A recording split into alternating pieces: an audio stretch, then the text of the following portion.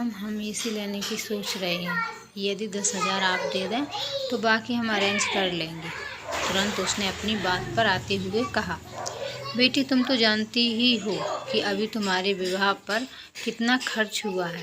Loan लिया है, उसे चुकाना है, ऊपर से सीमा की पढ़ाई का खर्च। ठीक है, तुम्हारे डैडी से मैं बात करूँगी।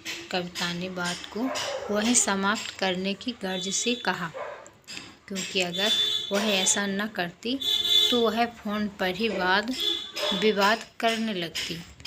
इसलिए उसने बात टाल दी।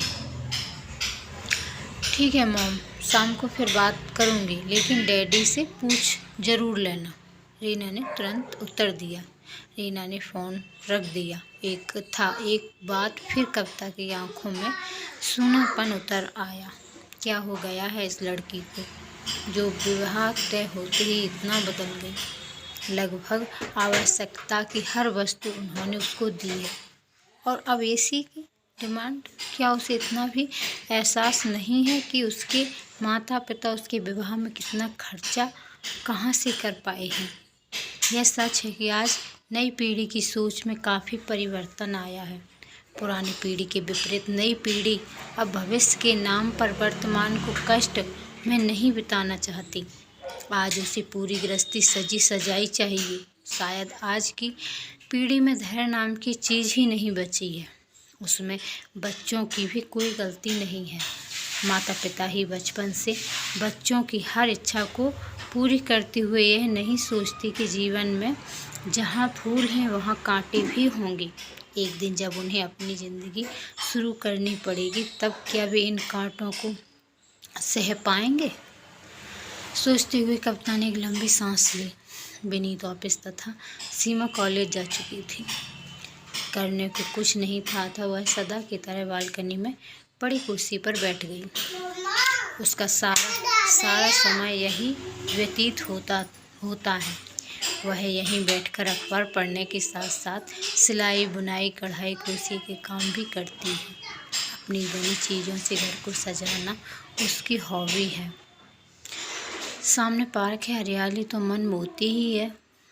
पार्क की चहल पहल में वह न केवल अपनी सारी परेशानियां भूल जाया करती है, वरना अकेलापन भी नहीं महसूस होता तथा काम भी हो जाता है। पर आज कुछ भी करने का मन नहीं कर रहा था।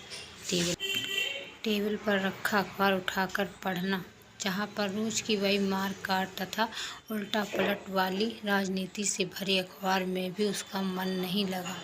स्वयं को तनाव मुक्त करने के प्रयत्न में वह कुर्सी पर अधलेटी मृदा में लेट गई। ना चाहते हुए भी अतीत और वर्तमान की किताबों के पन्ने बार बार उसकी आंखों के सामने उड़ उड़ कर उसे बेचैन करने लगी।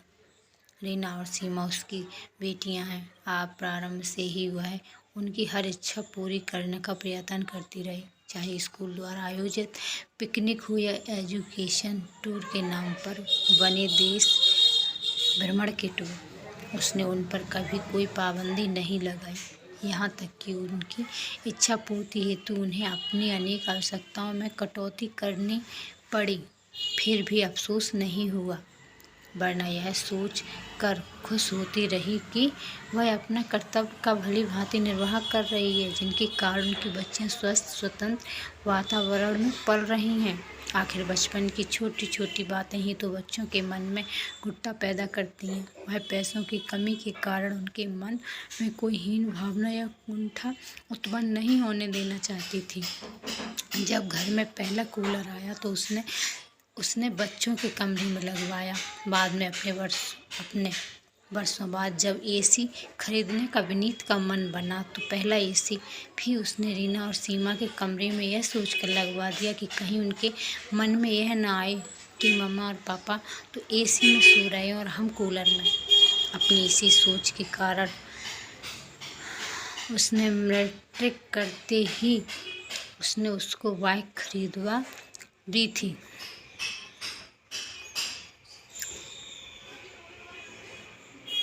जिससे भी ठीक से पढ़ पाए, वरना कहीं ऐसा ना हो कि कॉलेज और ट्यूशन करने में साइकिल से आने जाने में थकान के कारण उनकी पढ़ाई बाधित होने लगी। यह सोच नहीं पा रही थी कि उनकी परवरिश में कहाँ कमी रह गई।